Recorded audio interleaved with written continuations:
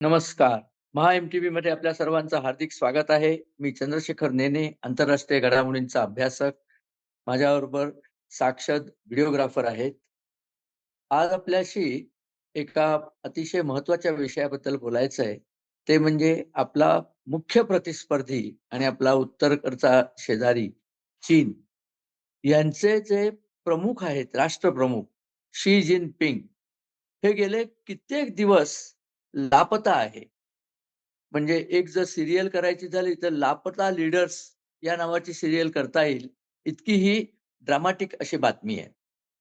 आता कसं असतं, की चीनचे जे प्रमुख असतात, राष्ट्रप्रमुख, ते सर्वोच्च प्रमुख असतात. म्हणजे नुसतं निवडून आलेत म्हणून नाही, निवडून ते येतच नाहीत. ते सत्ता स्वतःच्या ताब्यात घेतात आणि त्याच्यानंतर लोकशाहीचा एक देखावा असतो. या सगळ्या डाव्या देशांमध्ये जिथे डावे पक्ष राज्यावरती आहेत, चीन चीन त्यातलंच आहे, रशिया त्यातलंच आहे. तिथे कोणीही लोकशाही पद्धतीने आल्याची उदाहरणं नाहीत. ते सोयीपुरता लोकशाहीचा बुरखा घेतात. आपल्या इथले डावे पक्षही तसेच आहेत. जोपर्यंत त्यांना सत्ता मिळत नाही, तोपर्यंत ते लोकशाहीचा बुरखा घेतात. जेव्हा त्यांच्या समर्थनाने काँग्रेसला सत्ता मिळाली होती 1975 साली, तेव्हा त्यांनी लोकशाही ताबडतोब खुंटीवर टांगून दिली होती. असाच हा प्रकार असतो. पण चीन आणि रशियामध्ये ते लोकशाहीचा जरी देखावा निर्माण करत असले, तरी तिथे खरी लोकशाही नाही हे सगळं जग जाणून आहे. त्यांनाच फक्त कदाचित वाटतं, की आम्ही लोकशाही देश आहोत. ते अजिबात लोकशाहीवादी देश नाहीयेत. ठोकशाही हीच त्यांची वृत्ती आहे. आता या शी जिनपिंग महाशयांनी 2 वर्षापूर्वी आपल्या पक्षाच्या प्रमुख अधिवेशनात घोषणाच केली होती, की मी तहहयात राष्ट्रपती राहणार आहे. आणि स्वतःच सांगितलं किंवा कोणीतरी एका पिट्टूला सांगितलं, की "तू जाहीर कर, की अध्यक्षांनी तहहयात राहावं." त्याप्रमाणे ते तहहयात आलेले आहेत. आता तहहयात जर कोणी स्वतःला जाहीर केलं, तर त्याचा अर्थ थोडासा असा असतो, त्यांच्या हाताखालची जी लोकं असतात, त्यांची सगळ्यांची प्रमोशन थांबतात.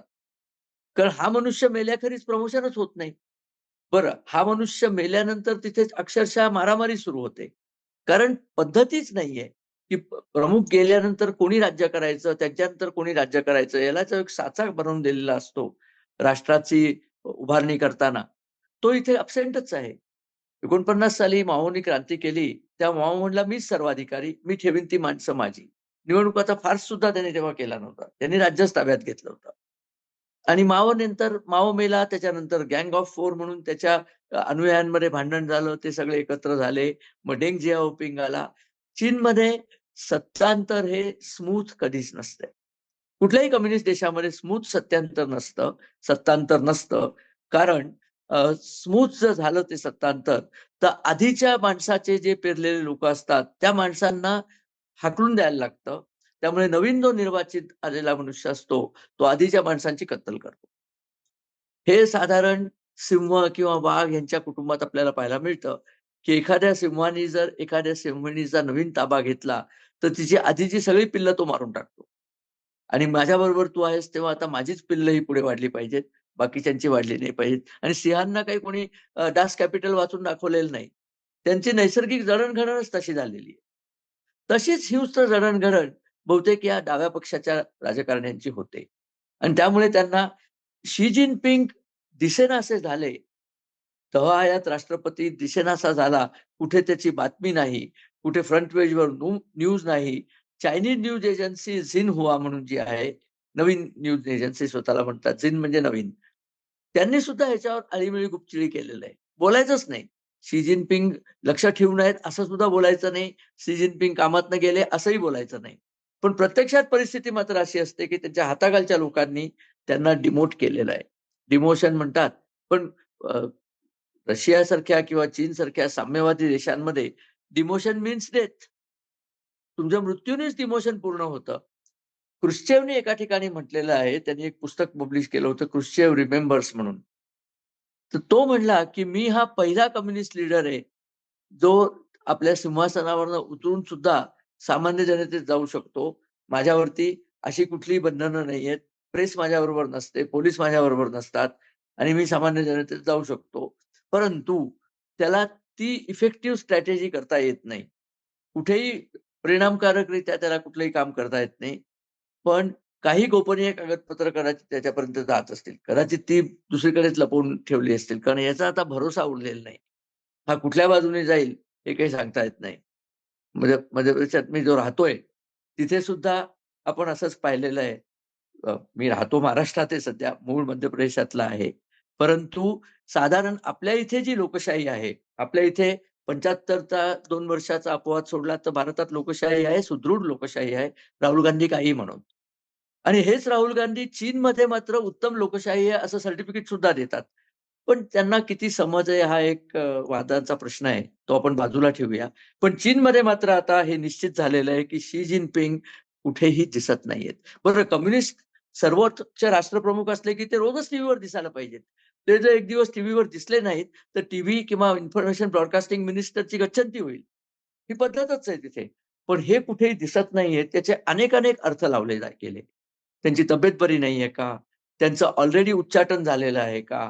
त्यांनी अ, स्वतःहून निवृत्ती पत्करलेली आहे का? त्यांचा उत्तराधिकारी कोणी आलेला आहे का? बीजिंगमध्ये सध्या सत्ताच अ, सत्तेच्या करता रस्सीखेच चालू आहे का? असे अनेक प्रश्न विचारले गेले आणि सगळ्या जगातनं ते विचारले गेले. त्याचं प्रमुख कारण असं होतं, की चीन सध्या सगळ्या जगाचा प्रॉब्लेम चाइल्ड झालेला आहे.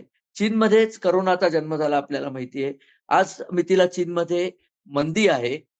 चीनचा जो पित्या पाकिस्तान त्याची भारताने पूर्ण पाठ मोडली, तरी चीनला काही करता आलेलं नाहीये. तो पण असंतोष धुमसत असेल आतमध्ये. परंतु आता तरी परिस्थिती अशी आहे, की त्यांचे राष्ट्रपती लोकांपुढे येत नाहीयेत. मग ते जिवंत नाहीत म्हणून येत नाहीत, का त्यांना लोकांपुढे यायची लाज वाटते म्हणून ते येत नाहीत, का ते आत स्वतःला बाजूला करून बघतायत काय लठ्ठालठ्ठी होते, कोण आपल्या बाजूने आहे, कोण आपल्या विरुद्ध आहे आणि जे विरुद्ध असतील त्यांना पकडून त्यांचं शिरकाण करायचं त्यांची योजना दिसतीये. कारण चीनमध्ये विरोधी मतं तुम्ही जर प्रदर्शित केली, तर तुम्ही दिसेनासेच होता. म्हणजे तुमच्या घरच्यांनाही तुमचा ठाव-ठिकाण लागत नाही. कधी-कधी सगळं घरच ते दिसेनासं करून टाकतात. त्यांच्याकडे अशी काही कन्सेप्ट नाहीये लोकशाहीसारखी, की य जो गुन्हेगार आहे त्यालाही काही अधिकार आहेत. गुन्हेगाराला काही अधिकार नाहीत. सगळे अधिकार याच चोरटोळीच्या हातात आहेत. मी इथे बघितलं, की चीनची अशी परिस्थिती झाली आहे, तरी डाव्या लोकांना काही अक्कल येत नाहीये. अजून एकही जण निषेधाकरता पुढे आलेला नाही, की राष्ट्रप्रमुख तुमचा बेपत्ता असतो, चॅनलवर दिसत नाही, कुठेही दिसत नाही. बरं असं नाही, की सगळं काही आलबेल आहे. चीनचं रशियाशी खाटखूट चालू आहे. चीनला 14 सीमा आहेत. 14 देशांच्या सीमेवरती चीन आहे. प्रत्येक देशाशी त्यांची बॉर्डर लाईन डिस्प्यूट आहे. भारताशी आपल्याला माहिती आहे लडाखबद्दल त्यांचं भांडण चालूच आहे. पण सध्या एकदम प्रेमाचं भरतं आलंय आणि त्यांनी भारतीय अ, अ, लोकांना सांगितलं, की आम्हाला सगळे प्रश्न सामोपचारानेच सोडवायचेत. युद्ध हे कुठल्याही प्रश्नाचं उत्तर नाही वगैरे. हे एक युद्ध करून सोच वे खा के बिल्ली हज चली तसा प्रकार हा आहे. फार काही त्यांच्या मनातलं ते खरं सांगतातच असं नाही. त्यांना खरं मनातून हुकुमशाहीच हवी असते. पण एक देखावा करायचा, तो देखावा तरी लोकशाहीचा त्यांनी करून ठेवलेला आहे. लोकशाहीमध्ये काय असतं, चीनमध्ये जे रिक्रुटमेंट असतं, त्या रिक्रुटमेंटच्या वेळेला तुम्ही तिथे जाता आणि असं जर तो लक्षात आलं, की तुम्ही काही सरकार विरोधी विचार केलेले आहेत, तर तुम्हाला हवेतच गायब करण्याची योजना त्यांच्याकडे असतात. अतिशय कठोर असं ते स्टेट आहे. तुम्हाला ते कधी गायब करतील हे तुमचं तुम्हाला सुद्धा कळणार नाही. आणि अशा अनेक घटना चीनमध्ये झाल्यात. हे काही पहिल्यांदाच होतंय असं नाही. पण राष्ट्रप्रमुखच गायब होण्याची घटना मात्र पहिल्यांदा आहे. याही अगोदर शी जिनपिंग एकदा काहीतरी 1 आठवड्याकरता अज्ञातवासात गेले होते. फारसं काही घडलं नाही. परत आले. तर लोकांना असं वाटतंय, की त्यांची जी चाल असेल, स्वतःला एकदा इक्वेशनवरून बाहेर काढलं, की कोण सत्तेकरता पुढे येतं बघायचं आणि त्याचा नंतर परामर्श घ्यायचा. ही चाल शी जिनपिंग खेळत नसतील असं मुळीच नाही. ते असंच सगळं करतात. म्हणजे चीनी कम्युनिस्ट पार्टी म्हणून निवडणुका चीनी कम्युनिस्ट पार्टीला परवडत नाहीत. भारतासारख्या देशात निवडणुका घेतल्या, तर मी जे आता 3 सेवक म्हटले, ते 30,000 सेवक झाले असते. सगळ्यांनी सांगितलं असतं, आम्ही मतं दिल्यामुळे मोदी निवडून आले. पण तसं चीनमध्ये भीतीच नाहीये. त्यामुळे तो प्रॉब्लेम नाहीये. या अ, हा जो राष्ट्रप्रमुख गायब झालाय, त्या गायब होण्याची कारणं कोणीही समाधानकारकरित्या देऊ शकलं नाही. चीनची न्यूज एजन्सी दिली नाही. चीनचे रिपोर्टर्स आहेत ते सांगू शकत नाहीत. परदेशातले रिपोर्टर्स सांगू शकत नाहीत, कारण त्यांना ॲक्सेसच नसतो.